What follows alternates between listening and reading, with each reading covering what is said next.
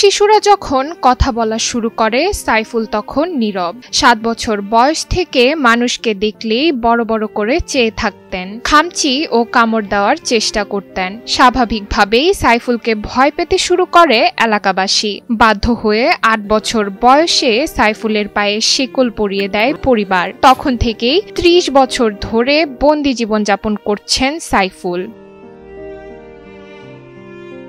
টাঙ্গাইলের ঘাটাইলে অদ্ভুত রোগে আক্রান্ত হয়ে এভাবে দারিদ্রতায় জরাজীর্ণ জীবনযাপন করছেন সাইফুল ও তার পরিবার। নেই সুস্থতার লক্ষণ। সাইফুলের মা রহিমা বেগম স্বামীসহ জমিজমা হারিয়ে পথে ঘাটে ভিক্ষা করে জীবনযাপন করছেন। সরকারের সহযোগিতা কামনা করেছেন তিনি। সরকারের হস্তক্ষেপ কামনা করেছেন স্থানীয়রাও। তো আমাদের এই সাইফুল ইসলাম প্রায় 30 বছর যাবৎ শিকলে বন্দী অবস্থায় রয়েছে। সে খুব অনাড়ম্বর জীবনযাপন করতেছে। তার মা ভিক্ষা করে এনে তার জন্য কোনো রকম ভাবে তার আহার মুখে তুলে দেয়। তো আমি বর্তমান সরকারের কাছে বিভিন্নভাবে বিভিন্ন উন্নয়ন খাত থেকে যদি তার জন্য একটি আবাসিক ব্যবস্থা, বাসস্থানের ব্যবস্থা করা হয় এবং সেই সাথে তার একটা আর্থিক অনুদানের ব্যবস্থা করা হয়, তাহলে বর্তমান সরকারের কাছে আমরা অনেক কৃতজ্ঞতা বোধ করবো। আপনাদের একটা আবেদন, আপনারা এর জন্য আপনারা সাহায্য করবেন। আমার এইটাই আবেদন। জায়গা নাই, জায়গা বাসা নাই, কিছু নাই। তার জন্য যদি কিছু সরকার অনুদান করে দিত। আর 30 বছর ধরে সে হলো শিকল বন্দি, মানে বন্দি কারাগারের মতো। আর ছোট ছোট বাচ্চারা তার শিকল ছাড়লে ছোট ছোট বাচ্চারা ভয় পায়।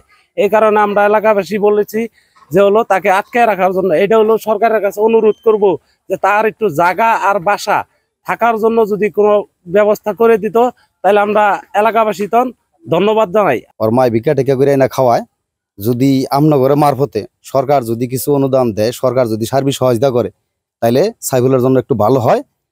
আর সাইফুলের থাকার মতো একটু পরিবেশ হয়, অথবা একটু যদি সরকার সার্বিক সহযোগিতা করে, একটু জায়গা বাসা করে দেয়, তাহলে সাইফুলের জন্য একটু ভালো হয়। এছাড়া সাইফুলের দেখার মতো কোনো লোক নাই। 1988 সালের 29 মার্চ জন্মগ্রহণ করেন সাইফুল। প্রায় 20 বছর আগে বাবা বহর আলীর মৃত্যু হয়। সাইফুলের পুরো দায়িত্ব পড়ে মা রহিমা বেগমের ওপর। ছেলেকে নিয়ে বিভিন্ন ডাক্তার কবিরাজের পেছনে ঘুরে ঘুরে রহিমা বেগম এখন ক্লান্ত।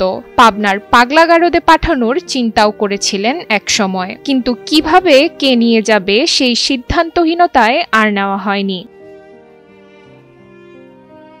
সাইফুলের মা জানান, সরকারের পক্ষ থেকে যে ভাতা দেওয়া হচ্ছে তা খুবই কম। ছেলের নামে 2500 এবং নিজের নামে 1800 টাকা ভাতা পান রহিমা বেগম, কিন্তু তা দিয়ে সংসার চলে না। এ অবস্থায় ভিক্ষা করে সংসারের খরচ কোনো মতে চালাচ্ছেন। ছেলে অসুস্থ ও ভূমিহীন থাকায় সরকারের দেওয়া একটি বাড়িতে বসবাস করছেন তারা। আমি যে ছেলে পাগল ছেলে, 30 বছর ধরে শিকল দিয়ে বাঁধা। এখন আমি সরকার থেকে যা ভাই আমার ওনা চলে না। নানেরা কি সহযোগিতা করবেন, তাহলে আমার কিছু করে দেন। ছেলে শিকল বাঁধছেন কেন? শিকল বাঁধছি যে মানুষের মারধর করা, জায়গা আর জায়গা পাওয়া যায় না। এই জন্য আমার তো জায়গা নাই, মানুষের জায়গায় ঘর তুলছি। তারা এখনকার এন থেকে যাবার পিতাছে গা। ছোট থাকতে অত দিশা পাওয়া যায় না। আস্তে আস্তে বড় হইলো, আস্তে আস্তে তারপরে জীবনটা করছে। মানুষের মারবার দরবার যায়, আর জায়গা পাওয়া যায় না, কারা খুঁজবো। প্রশাসনের পক্ষ থেকে সাইফুল ও তার পরিবারকে সহায়তার আশ্বাস দেওয়া হয়েছে। আমরা জেনেছি মোহাম্মদ সাইফুল ইসলাম একজন প্রতিবন্ধী ব্যক্তি। তিনি প্রতিবন্ধী ভাতার অন্তর্ভুক্ত আছেন। তার মা একজন বিধবা মহিলা, তিনি বিধবা ভাতার অন্তর্ভুক্ত আছেন। আমরা এও জেনেছি যে এই সাইফুল ইসলাম দীর্ঘদিন যাবৎ দুরারোগ্য রোগে আক্রান্ত। সে সাধারণ জনগণ এবং এলাকাবাসীর কাছে আহ্বান জানিয়েছে তার পাশে থাকার জন্য। আমরা সরকারি দপ্তর এবং উপজেলা প্রশাসন তার পাশে আছে। আমার জায়গা থেকে আমি ঘাটাইলবাসীকে অনুরোধ করব এই সাইফুল ইসলামের পাশে যেন দাঁড়ায়। আর সাইফুল ইসলামের পরিবারের উত্তরোত্তর মঙ্গল কামনা করছি। যদি একটু সহানুভূতি মেলে, যদি কেউ হাত বাড়ায়, হয়তো সাইফুল মুক্তি পাবে শেকল থেকে, এমন আশায় ব্যক্ত করেছেন সাইফুলের মা ও স্থানীয়রা।